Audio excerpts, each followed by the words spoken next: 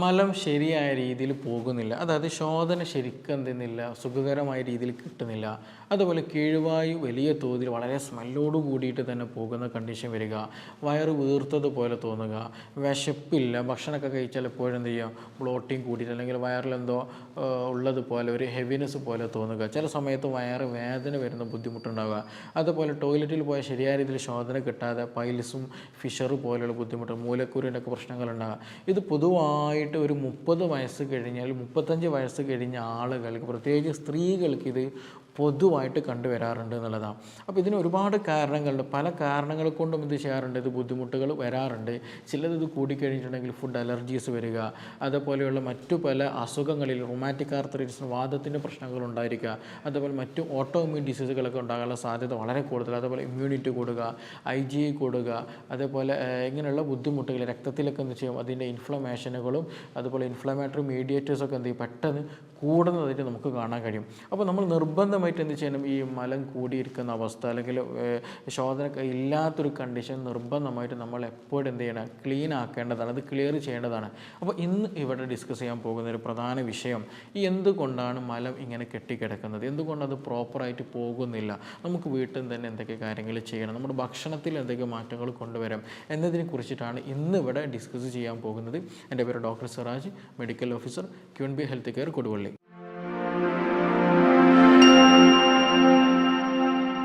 പറഞ്ഞു വരുന്നത് ഇത് ഒരുപാട് ആളുകൾക്കുള്ളൊരു പ്രധാന ബുദ്ധിമുട്ടാണ്, ശരിയായ രീതിയിൽ ശോധന കിട്ടാനില്ലാതെ. നമുക്ക് തന്നെ അറിയാം, രാവിലെ എഴുന്നേറ്റ് ശരിയായ രീതിയിൽ മിക്ക ആളുകൾക്കും ശോധന കിട്ടില്ല എന്നുണ്ടെങ്കിൽ അന്നത്തെ ദിവസം തന്നെ ആകെ എന്ത് ചെയ്യും, ആകെ ഡൗൺ ആയി പോകും. കാരണം അത് നമ്മുടെ ശരീരത്തിലുണ്ടാകുന്ന പല വേസ്റ്റ് മെറ്റീരിയലുകളും റിമൂവ് ആകുന്നില്ല എന്നുണ്ടെങ്കിൽ സ്വാഭാവികമായിട്ടും എന്ത് ചെയ്യും, അതിൻ്റെ ടോക്സിസിറ്റി നമ്മുടെ രക്തത്തിലേക്ക് കലരുകയും ഞാൻ നേരത്തെ പറഞ്ഞതുപോലെ ഓട്ടോ ഇമ്മ്യൂൺ ഡിസീസുകൾ, വാദത്തിൻ്റെ പ്രയാസങ്ങൾ, അങ്ങനെയുള്ള പലതരത്തിലുള്ള ഫുഡ് അലർജികളൊക്കെ എന്ത് ചെയ്യും, ഉണ്ടാകാനുള്ള സാധ്യത വളരെ വളരെ കൂടുതലാണ്. അപ്പോൾ ശോധന നമുക്ക് പ്രോപ്പറായിട്ട് കൊണ്ടുപോകണം എന്നുള്ളത് നിർബന്ധമാണ്. ഇതിൽ നിർബന്ധമായിട്ട് നമ്മൾ ശ്രദ്ധിക്കേണ്ടത്, നമ്മൾ ഭക്ഷണം കഴിച്ചിട്ട് 3 ദിവസമായിട്ടും ശരിയായ രീതിയിൽ നമുക്ക് പ്രോപ്പർ ശോധന കിട്ടുന്നില്ല എന്നുണ്ടെങ്കിൽ, ശോധന തീരെ കിട്ടുന്നില്ല എന്നുണ്ടെങ്കിൽ എന്ത് ചെയ്യണം, നിർബന്ധമായിട്ടും തന്നെ അതിന് ട്രീറ്റ്മെൻറ്റ് എടുക്കണം. കാരണം അത് ക്രോണിക് അല്ലെങ്കിൽ കോൺസ്റ്റിപ്പേഷനിലേക്ക് കൊണ്ടുപോകാനുള്ള സാധ്യത വളരെ വളരെ കൂടുതലാണ്. അപ്പോൾ അങ്ങനെയുള്ള കണ്ടീഷൻ എന്ത് ചെയ്യുക, നമ്മൾ നിർബന്ധമായിട്ട് ശ്രദ്ധിക്കുക. 3 ദിവസത്തിൽ കൂടുതലായിട്ട് ശോധന കിട്ടുന്നില്ല എന്നുണ്ടെങ്കിൽ, ഈ ഒരു കോൺസ്റ്റിപ്പേഷൻ വരാനുള്ള റീസൺ അല്ലെങ്കിൽ മലം ശരിയായ രീതിയിൽ പോകുന്നില്ല, കുടലിലൊക്കെ അടഞ്ഞു കിടക്കുന്ന ഒരു കണ്ടീഷൻ ഉണ്ടാകാനല്ലേ ഒരുപാട് കാരണങ്ങളുണ്ട്.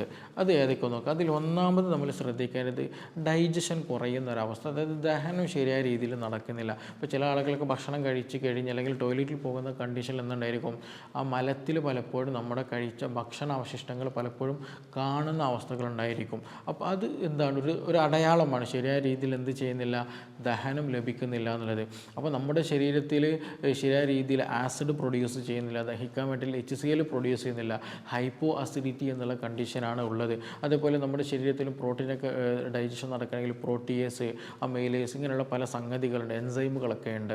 അപ്പോൾ അതൊന്നും ശരിയായ രീതിയിൽ പ്രൊഡക്ഷൻ നടക്കുന്നില്ല എന്നുണ്ടെങ്കിൽ എന്ത് സംഭവിക്കും, ഇത് ശരിയായ രീതിയിൽ ദഹിക്കാതെ കുടലിലൂടെ വരും, എന്നിട്ട് നമ്മുടെ കുടലിൽ കെട്ടിക്കിടക്കും. ശരിയായ രീതിയിൽ ദഹിക്കാത്തത് കൊണ്ടാണല്ലോ. അപ്പോൾ അങ്ങനെ വന്നു കഴിഞ്ഞാൽ സ്വാഭാവികമായിട്ടും നമുക്കറിയാം, ഈ കുടലിൽ ഒരുപാട് ബാക്ടീരിയകളുണ്ട്, നല്ലതായിട്ടും ചീത്തതായിട്ടുള്ള ബാക്ടീരിയകൾ ഉണ്ടായിരിക്കും. അപ്പോൾ ഇത് ക്രമാതീതമായിട്ട് വളരുകയും അവിടെ ഫെർമെൻറ്റേഷൻ നടക്കും.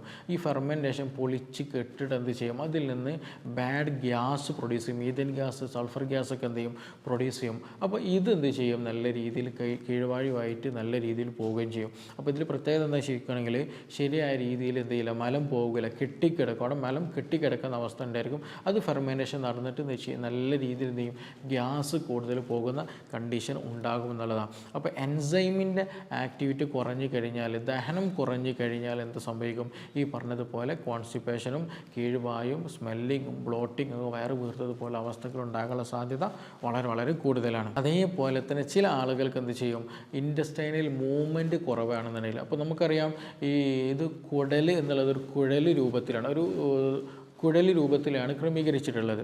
അങ്ങനെയാണ് അതിൻ്റെ സ്ട്രക്ചർ ഉള്ളത്. അപ്പോൾ അതുകൊണ്ട് തന്നെ ഈ ഒരു ഭക്ഷണ പദാർത്ഥങ്ങൾ ശരിയായ രീതിയിൽ പോകണം എന്നുണ്ടെങ്കിൽ എന്ത് ചെയ്യണം, ഇതിനൊരു പെരിസ്റ്റാൽറ്റിക് മൂവ്മെൻറ്റ് എന്ന് പറഞ്ഞൊരു മൂവ്മെൻ്റ് ഉണ്ട്. ഈ ഒരു കുടൽ എന്ത് ചെയ്യും, പ്രത്യേക തരത്തിൽ മസിൽസ് മൂവ് ചെയ്തിട്ട് കോൺട്രാക്ഷനും റിലാക്സേഷനും നടത്തിയിട്ട് ഒരു മൂവ്മെൻ്റ് ഉണ്ട്, പെരിസ്റ്റാൽറ്റിക് മൂവ്മെൻറ്റ് എന്ന് പറയും. ആ മൂവ്മെൻറ്റ് കുറഞ്ഞാലും മോട്ടിലിറ്റി കുറഞ്ഞാലും ഈ പറഞ്ഞതുപോലെയുള്ള എന്ത് ചെയ്യും, ഭക്ഷണ അവശിഷ്ടങ്ങൾ കൂടുതൽ നേരം എന്ത് ചെയ്യും, നമ്മുടെ കുടലിൽ കെട്ടിക്കിടക്കേണ്ട ഒരു അവസ്ഥ വരും. അതായത് എസ്പെഷ്യലി ചില ഭക്ഷണങ്ങൾ എടുത്തു കഴിഞ്ഞാൽ, അതായത് ഈ ACVയുടെ സപ്ലിമെൻ്റ് ഒക്കെ എടുത്തു കഴിഞ്ഞാൽ ആപ്പിൾ സിഡർ വിനെഗറൊക്കെ അൺകൺട്രോൾഡ് ആയിട്ട് എന്ത് ചെയ്യും നിങ്ങൾക്ക് എടുക്കുന്നുണ്ടെങ്കിൽ അത് ഈ പറഞ്ഞതുപോലെ ഇൻറ്റസ്റ്റൈനൽ മോട്ടിലിറ്റി നല്ല രീതിയിൽ കുറക്കും, കുടലിൻ്റെ ആ മൂവ്മെൻറ്റ് കുറക്കും. അപ്പോൾ അങ്ങനെ വന്നു കഴിഞ്ഞാൽ എന്ത് ചെയ്യും, കഴിച്ച ഭക്ഷണം ദഹിച്ചിട്ടാണെങ്കിൽ പോലും നമ്മൾ നേരത്തെ പറഞ്ഞാൽ ദഹിക്കാതെ കുടലിൽ കിടക്കുന്ന അവസ്ഥ വരിക. ഇങ്ങനെയുള്ള കണ്ടീഷനിൽ അതായത് മോട്ടിലിറ്റി കുറഞ്ഞാൽ ദഹനക്കേട് കൂടുതലുണ്ടാകും. അതായത് ദഹിച്ച ഭക്ഷണം എന്ത് ചെയ്യും, കുടലിൽ കൂടുതൽ നേരം നിൽക്കുന്നൊരവസ്ഥ വരും. അപ്പോൾ സ്വാഭാവികമായിട്ട് അവിടെ ബാക്ടീരിയകൾ ഫെർമെൻറ്റേഷൻ നടന്നിട്ട് നേരത്തെ പറഞ്ഞതുപോലെ ഡീഹൈഡ്രേഷൻ ഉണ്ടാക്കാനുള്ള സാധ്യതയുണ്ട്, കോൺസ്റ്റിപ്പേഷൻ വരും. മാത്രമല്ല നല്ല രീതിയിൽ എന്ത് ചെയ്യും, ബാഡ് സ്മെല്ലുള്ള ഗ്യാസ് പുറന്തള്ളാനും സാധ്യത വളരെ വളരെ കൂടുതലാണ്. അപ്പോൾ ഡൈജഷൻ ഇങ്ങനെ നടന്നു കഴിഞ്ഞാൽ ഇത് ഈ പറഞ്ഞതുപോലെ വയറ് വെറുക്കാനും കോൺസ്റ്റിപ്പേഷൻ ഉണ്ടാകാനും മലം പുറന്തള്ളാതെ അവിടെ നിൽക്കാനുള്ള സാധ്യത വളരെ വളരെ കൂടുതലാണ്. ഇനി മറ്റൊരു പ്രധാന ഘടകം കോൺസ്റ്റിപ്പേഷൻ, ഡിലേഡ് ഗ്യാസ്ട്രിക് എംപ്റ്റിങ് എന്ന് പറയും. അതായത് നമുക്കറിയാം, നമ്മുടെ ഭക്ഷണം കഴിച്ചിട്ടുണ്ടെങ്കിൽ ആദ്യമായിട്ട് ഭക്ഷണം എന്ത് ചെയ്യും എത്തുന്ന സ്ഥലമാണ് സ്റ്റൊമക്ക് എന്ന് പറയുന്നത്, നമ്മൾ വയറെന്ന് പറയുന്നത്. അപ്പോൾ അവിടെ എന്ത് ചെയ്യും, ഹൈഡ്രോക്ലോറിക് ആസിഡുമായിട്ട് എന്ത് ചെയ്യും മറ്റു പല എൻസൈമുകളൊക്കെ ലിങ്ക് ചെയ്ത് ബ്രേക്ക് ഡൗൺ നടത്തും, എല്ലാ സംഗതികളൊക്കെ ഒരു ദഹനം അവിടെ നടത്തും. ഈ ദഹിച്ച ഭക്ഷണം പിന്നെ എന്ത് ചെയ്യണം, ഈ പറഞ്ഞിട്ടുള്ള ഇൻറ്റസ്റ്റൈനിലേക്ക്, ഡിയോഡിനും അല്ലെങ്കിൽ ഇൻറ്റസ്റ്റൈനിലേക്ക് എന്ത് ചെയ്യും, ഈ ദഹിച്ച ഭക്ഷണം പോകണം. അപ്പോൾ ചില കണ്ടീഷനുകളിൽ പ്രത്യേകിച്ച് നല്ല ഷുഗറുള്ള ആളുകൾ, കയ്യിനും കാലിൽ തരിപ്പ് വരിക, ക്ഷീണം കൂടുതലായിട്ടുള്ള അങ്ങനെ അൺകൺട്രോൾഡ് ഷുഗറുള്ള ആളുകൾക്ക് എന്ത് ചെയ്യും, നരമ്പിന് നല്ല രീതിയിൽ എന്ത് ചെയ്യും ഷുഗർ ബാധിക്കും. നമുക്കൊക്കെ അറിയുന്നതാണ്. അപ്പോൾ ഈ നരമ്പിന് ഷുഗർ ബാധിച്ചിട്ടുണ്ട് എന്നുണ്ടെങ്കിൽ സ്വാഭാവികമായിട്ടും ശരീരത്തിൽ എല്ലാ ഞരമ്പിനെയും അത് ബാധിച്ചിട്ടുണ്ടായിരിക്കും. അതങ്ങനെയാണ് ഉണ്ടാവുക, അതിൻ്റെ കാര്യങ്ങൾ അങ്ങനെയാണ്. അപ്പോൾ ഈ പറഞ്ഞതുപോലെ ഈ സ്റ്റൊമക്കിൽ നിന്ന് നമ്മൾ കഴിച്ച ഭക്ഷണം എന്ത് ചെയ്യണം, സ്റ്റൊമക്കിൽ നിന്ന് വയറിൽ നിന്ന് കുടലിലേക്ക് പോകണം. അപ്പോൾ ആ കുടലിലേക്ക് പോകുന്ന ആ ഒരു മൂവ്മെൻ്റ് ഉണ്ട്, അവന് പ്രത്യേകിച്ച് ഗ്യാസ്ട്രിക് മൂവ്മെൻറ്റ് അവിടെ നടക്കുന്നുണ്ട്. ആ മൂവ്മെൻറ്റ് ശരിക്കും അവിടെ കിട്ടണം എന്നുണ്ടെങ്കിൽ എന്ത് വേണം, അതിന് വേണ്ടിയിട്ടുള്ള ഇമ്പൾസ് അല്ലെങ്കിൽ ഞരമ്പ് ശരിയായ രീതിയിൽ പ്രവർത്തിക്കണം. അപ്പോൾ ഞാൻ നേരത്തെ പറയുമ്പോൾ നല്ല ഷുഗറുള്ള ആൾ നരമ്പൊക്കെ കേട് വന്ന് തുടങ്ങിയിട്ടുണ്ടെങ്കിൽ ഈ പറഞ്ഞതുപോലെ ഈ ഗ്യാസ്ട്രിക്കിൽ നമ്മുടെ വയറ്റിനുള്ളിലുള്ള ഞരമ്പുകൾക്കും അത് ബാധിക്കും.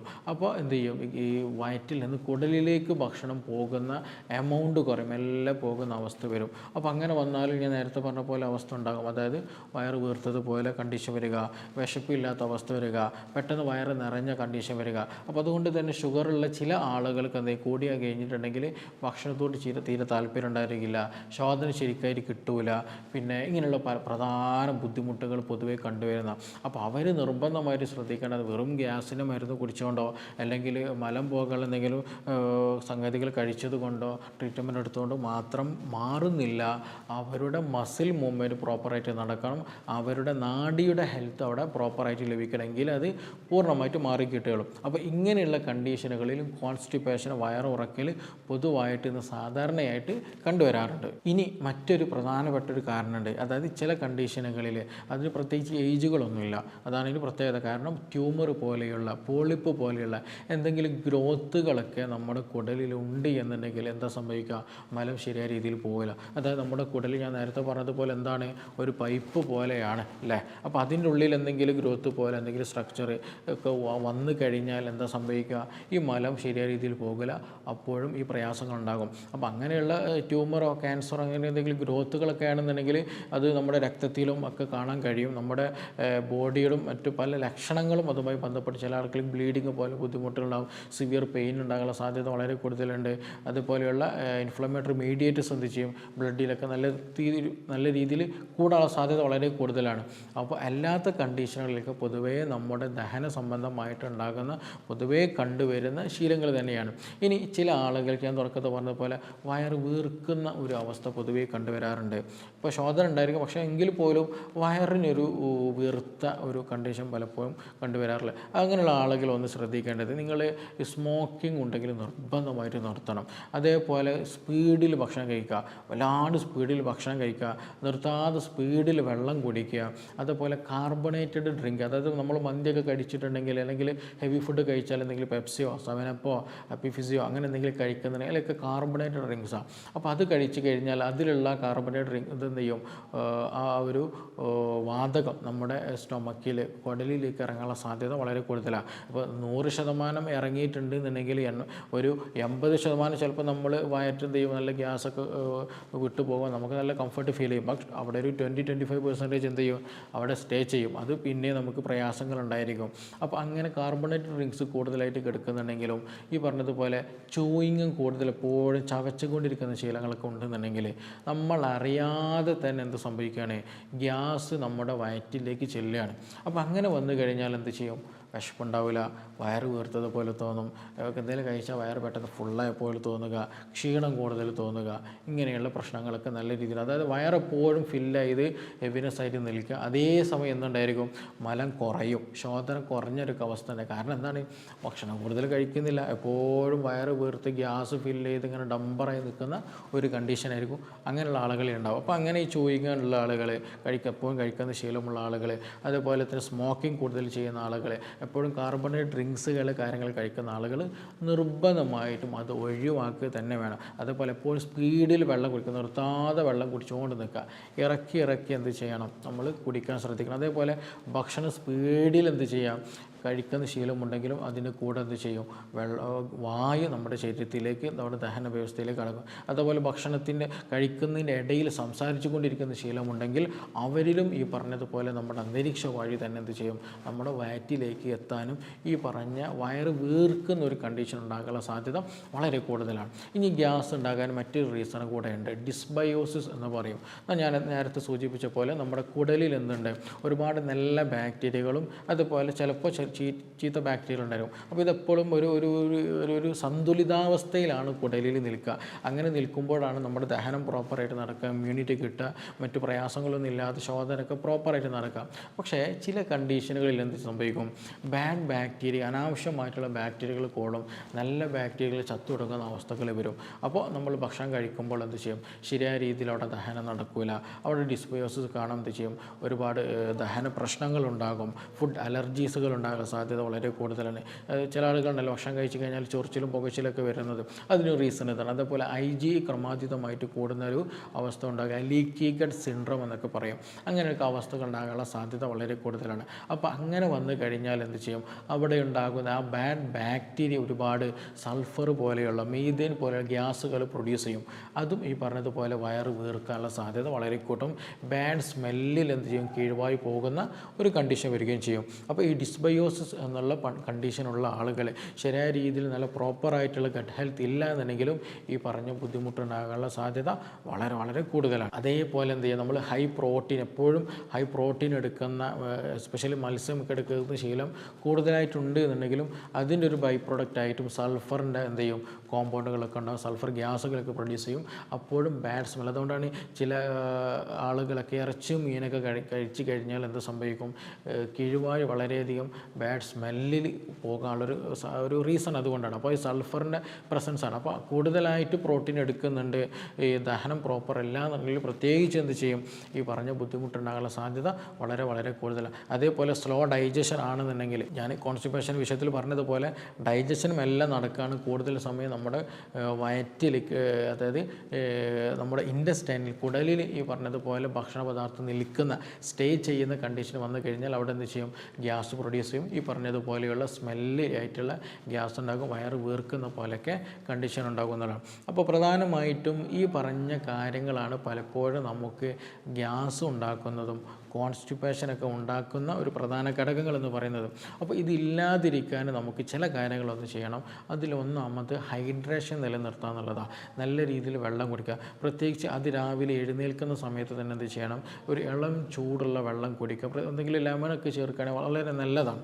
അത് ഒന്നും കൂടെ എന്ത് ചെയ്യും, നമ്മുടെ ഇൻറ്റസ്റ്റൈനൽ മോട്ടിലിറ്റി കൂട്ടും, അതായത് കുടലിൻ്റെ ആ ഒരു മൂവ്മെൻറ്റ് കൂട്ടുമ്പോൾ സ്വാഭാവികമായിട്ടും മലം പെട്ടെന്ന് പുറന്തള്ളാൻ അത് നന്നായിട്ട് സഹായിക്കും. അപ്പോൾ എന്ത് ചെയ്യുക, അത് നന്നായിട്ട് ഒരു ഇളം ചൂടുള്ള വെള്ളം രാവിലെയൊക്കെ കുടിക്കുകയാണെങ്കിൽ അത് നന്നായിട്ട് ഹെൽപ്പ് ചെയ്യും.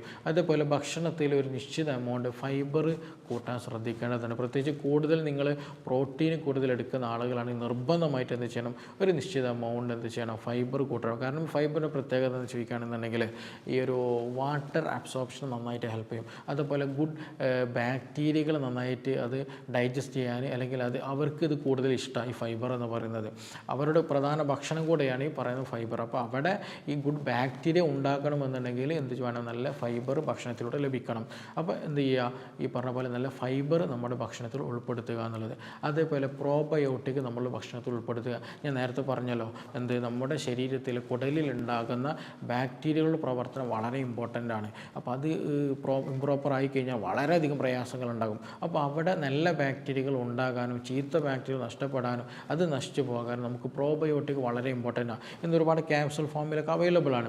പക്ഷേ നമുക്ക് എന്ത് ചെയ്യാം, വീട്ടിൽ നിന്ന് തന്നെ തൈര് വളരെ നല്ലൊരു പ്രോബയോട്ടിക്കാണ്. അപ്പോൾ തൈര് കഴിക്കുന്ന സമയത്ത് നമ്മൾ ശ്രദ്ധിക്കണം. കാരണം ഫ്രിഡ്ജിൽ നിന്ന് എടുത്തിട്ട് അതേപോലെ തണുത്ത തൈര് കഴിക്കരുത്. നമ്മൾ പുറത്തേക്ക് എടുത്ത് വെച്ച് നോർമൽ ടെമ്പറേച്ചർ ആക്കിയിട്ട് എന്തെങ്കിലും വെജിറ്റബിൾസിന് കൂടെ മിക്സ് ചെയ്തിട്ടോ അല്ലാതെ ഉണ്ടെങ്കിൽ അതേപോലെ കഴിക്കാനൊക്കെ ശ്രദ്ധിക്കുക എന്നുള്ളതാണ്. അപ്പോൾ നിശ്ചിത എമൗണ്ട് ചെയ്യുക, ഒരു നിശ്ചിത ഗ്രാം തൈര് ദിവസവും തണുപ്പില്ലാതെ നോർമൽ ടെമ്പറേച്ചറിലായിട്ടുള്ള തൈര് എന്ത് ചെയ്യുക, കഴിക്കാൻ ശ്രദ്ധിക്കുക. അത് കൂടുതൽ പുളി ഇല്ലാത്തതാണ് കഴിക്കുന്നതാണ് ഏറ്റവും ഉചിതം. ചില ആളുകൾക്ക് കൂടുതൽ പുളിയുള്ളത് കഴിച്ചാൽ കോൺസ്റ്റിപ്പേഷൻ, ഒരു ഡ്രൈനെസ് ബോഡിയിൽ ഉണ്ടാകാറുണ്ട്. അപ്പോൾ അതില്ലാതിരിക്കാൻ കൂടെ വേണ്ടിയിട്ടാണ് പുളി ഇല്ലാത്ത തൈര് എന്ത് ചെയ്യുക, നമ്മൾ ഭക്ഷണത്തിൽ ഉൾപ്പെടുത്താൻ പരമാവധി ഒന്ന് ശ്രദ്ധിക്കുക. അതേപോലെ നമ്മൾ എപ്പോഴും അമിത ഭക്ഷണം കഴിക്കുന്ന ശീലമുണ്ട്, എപ്പോഴും കഴിച്ചുകൊണ്ടിരിക്കുന്ന ശീലമുണ്ടെന്നുണ്ടെങ്കിൽ അത് നല്ല രീതിയിൽ ഡൈജഷനെ ബാധിക്കും. ഞാൻ നേരത്തെ പറഞ്ഞ സ്ലോ ഡൈജഷൻ ആയിരിക്കും ഉണ്ടാകുക. അത് വളരെ തോതിൽ ഇൻഫ്ലമേഷനും ഗട്ടിയിലുണ്ടാകും. അപ്പോൾ എപ്പോഴും കഴിക്കുന്ന ശീലം ഉണ്ടാകരുത്. കഴിക്കുന്ന സമയത്ത് ആവശ്യത്തിന് വിശപ്പ് മാറുന്ന സമയത്ത്, അല്ലെങ്കിൽ വിശപ്പ് മാറുന്നത് വരെ മാത്രം കഴിക്കുക എന്നുള്ളതാണ്. പ്രത്യേകിച്ച് ഇന്ന് രാത്രി സമയത്തൊക്കെ ഹെവി ഫുഡ്, മന്തി ആകട്ടെ, ബിരിയാണി ആകട്ടെ, നെയ്ച്ചോറാകട്ടെ, കബ്സയാകട്ടെ, മധുഹൂത്താകട്ടെ, ഇങ്ങനെയുള്ള ഹെവി ഫുഡുകൾ നമ്മൾ പൊതുവേ ഇന്ന് കഴിക്കുന്ന ശീലമുണ്ട്. അപ്പോൾ രാത്രി സമയത്ത് പൊതുവേ എന്ത് ചെയ്യും, നമ്മുടെ ഇൻഡസ്ട്രിയൽ മൂവ്മെൻറ്റ് മോട്ടിലിറ്റി ഒക്കെ പൊതുവേ കുറയുന്ന ഒരു സമയം കൂടെയാണ്. അപ്പോൾ ഹെവി ഫുഡ് കഴിച്ച് കഴിഞ്ഞാൽ എന്താണ് സംഭവിക്കുക, നമ്മുടെ ഇൻഡസ്ട്രിയൽ മോട്ടിലിറ്റി കുറഞ്ഞാൽ അതൊരു ഹെവിനെസ് പോലെ, ഒരു കനമുള്ളതുപോലെ മിക്ക ആളുകൾക്കും ഉണ്ടാകാറുണ്ട്. പ്രത്യേകിച്ച് ഇൻഡൈജഷൻ ഉള്ള ആളുകളാണെങ്കിൽ അത് വളരെയധികം പ്രയാസപ്പെടുത്തും. പൊളിച്ചത് കെട്ടുന്ന അവസ്ഥ വരിക, അതുപോലെ ഇൻഡൈജഷന് കാരണമായിട്ട് ബാഡ് സ്മെല്ലുള്ള ഗ്യാസ് പുറന്തള്ളുക, ഉറക്കം ശരിയായ രീതിയിൽ കിട്ടാത്ത കണ്ടീഷനൊക്കെ വരിക, ഇങ്ങനെയുള്ള പല ബുദ്ധിമുട്ടുകൾ ഉണ്ടാകാനുള്ള സാധ്യത വളരെ വളരെ കൂടുതലാണ്. അതേപോലെ നമുക്കിതൊക്കെ മാറാൻ പറ്റിയൊരു സംഗതിയുണ്ട്. ഒരു ടീസ്പൂൺ നെയ്യും അതേപോലെ ഒരു ഇളം ചൂടുള്ള വെള്ളത്തിൽ കലർത്തിയിട്ട് നമ്മളെന്നും രാവിലെ കുടിക്കുകയാണെന്നുണ്ടെങ്കിൽ, വെറും വയറ്റിലൊക്കെ കുളിക്കുകയാണെന്നുണ്ടെങ്കിൽ നല്ല മാറ്റം ഉണ്ടായിരിക്കും. ഒന്ന്, നമ്മുടെ ഇൻഡസ്ട്രൈനിൽ സൂത്തിങ് ഉണ്ടായിരിക്കും. അത് ഇൻഡസ്ട്രൈനിലൂടെ ഉള്ളിലൂടെയാണല്ലോ മലം പോകുന്നത്. അപ്പോൾ ഒരു കുഴലിൻ്റെ ഉള്ളിലൂടെ ഒരു സംഗതി പോകണമെന്നുണ്ടെങ്കിൽ എന്ത് സമയമാണ്, അവിടെ ഒരു ഗ്രീസി നേച്ചർ വേണം, അല്ലേ, ഒരു വഴുവഴുപ്പ് വേണമെങ്കിൽ അത് സ്മൂത്തായിട്ട് പോയി കിട്ടുള്ളൂ. ഇല്ലെങ്കിൽ അത് ഉറച്ച് ഡ്രൈ ആയി കഴിഞ്ഞാൽ എന്ത് ചെയ്യും, പോയി കിട്ടില്ല. അപ്പോൾ ഈ ഒരു വെള്ളം കുടിക്കുകയാണെന്നുണ്ടെങ്കിൽ, ഞാൻ നേരത്തെ പറയും നെയ്യൊക്കെ നമ്മൾ വെറും വയറ്റിൽ പണ്ടത്തെ ആളുകളൊക്കെ ശീലമാക്കിയത് കൊണ്ട് തന്നെയാണ്. കാരണം അത് കഴിക്കുന്ന സമയത്ത് എന്ത് ചെയ്യുക, നമ്മുടെ ഇൻഡസ്ട്രിയൽ ഗട്ട് ലൈനിങ് നല്ല രീതിയിൽ ലൂബ്രിക്കേറ്റഡ് ആവും. ഇൻഫ്ലമേഷൻ കുറയ്ക്കാൻ ഇത് നന്നായിട്ട് ഹെൽപ്പ് ചെയ്യും. അതുപോലെ അതിൻ്റെ കൂടെ ഈ പറഞ്ഞതുപോലെ ചെറിയ ഇളം ചൂടുള്ള വെള്ളം കൂടി കുടിക്കുകയാണെങ്കിൽ ഇൻഡസ്ട്രിയൽ മോട്ടിലിറ്റി കൂട്ടാൻ ഇത് നന്നായിട്ട് അത് സഹായകരമാകുന്നതാണ്. അപ്പോൾ അങ്ങനെ ചെയ്ത് കഴിഞ്ഞാൽ ഇപ്പോൾ പറഞ്ഞതുപോലെ നല്ല മാറ്റം ഉണ്ടായിരിക്കും. അപ്പോൾ ഈ പറഞ്ഞ കാര്യങ്ങൾ നമുക്ക് ഒരുപാട് ആളുകൾക്ക് ഉണ്ടാകുന്ന പ്രയാസമാണ്. പ്രത്യേകിച്ചൊരു 35 വയസ്സ് കഴിഞ്ഞാൽ ഷുഗറുള്ള ആളുകൾക്ക് എടുത്തു പറയേണ്ടതാണ് ഈ മലം കെട്ടിക്കിടക്കുക, ശോധന പ്രോപ്പറായിട്ട് കിട്ടുന്നില്ല, ഇങ്ങനെയുള്ള പ്രയാസം എന്നുള്ളത്. അപ്പോൾ നമ്മൾ സ്പെസിഫിക് ആയിട്ടൊരു സ്വന്തം ട്രീറ്റ്മെൻറ്റ് എടുക്കുന്നതിന് മുമ്പായിട്ട്, ഒരു എന്തെങ്കിലും മെഡിസിനൊക്കെ എടുക്കുന്നതിന് മുമ്പായിട്ട് എന്തുകൊണ്ടാണ് എനിക്ക് കോൺസ്റ്റിപ്പേഷൻ വന്നിട്ടുള്ളത്, മറ്റെന്തെങ്കിലും പ്രയാസങ്ങൾ ഇതുമായി ബന്ധപ്പെട്ടുണ്ട്. ചില ആളുകൾക്ക് കോൺസ്റ്റിപ്പേഷൻ വന്നിട്ട് അലർജിക് ഇഷ്യൂസ് ഉണ്ടായിരിക്കും, സ്കിൻ അലർജീസ് ഉണ്ടായിരിക്കും, സോറിയാസിസ് ഉണ്ടായിരിക്കും, കാലുമുട്ട് വേദനയൊക്കെ ഉണ്ടായിരിക്കും. ബട്ട് അവരുടെ പ്രശ്നം ചിലപ്പോൾ എന്തായിരിക്കും, ഈ പറഞ്ഞതുപോലെ കാലുമുട്ട് വേദനയോ അലർജിയോ അങ്ങനെ എന്തെങ്കിലും ആയിരിക്കും. പലപ്പോഴും എന്ത് ചെയ്യില്ല, കുടലിൻ്റെ അവസ്ഥ പലപ്പോഴും നോക്കാറും ഇല്ല. അപ്പോൾ അങ്ങനെയുള്ള ആളുകൾ എന്ത് ചെയ്യണം, കുടൽ പ്രോപ്പറാണ് ഫങ്ഷൻ ചെയ്യുന്നതുള്ള നോക്കൽ നിർബന്ധമാണ്. അപ്പോൾ ഇതുമായി ബന്ധപ്പെട്ട എന്തെങ്കിലുമൊക്കെ സംശയങ്ങളൊക്കെ ഉണ്ട്, കൂടുതൽ അറിയാനൊക്കെ ഉള്ള താല്പര്യമുള്ള ആളുകൾക്ക് എന്ത് ചെയ്യാം, താഴെ തന്നിട്ടുള്ള നമ്പറിൽ ബന്ധപ്പെടാവുന്നതാണ്. നമുക്കിനി മറ്റൊരു വിഷയവുമായി ബന്ധപ്പെട്ടിട്ട് വീണ്ടും കാണാം. Thank you.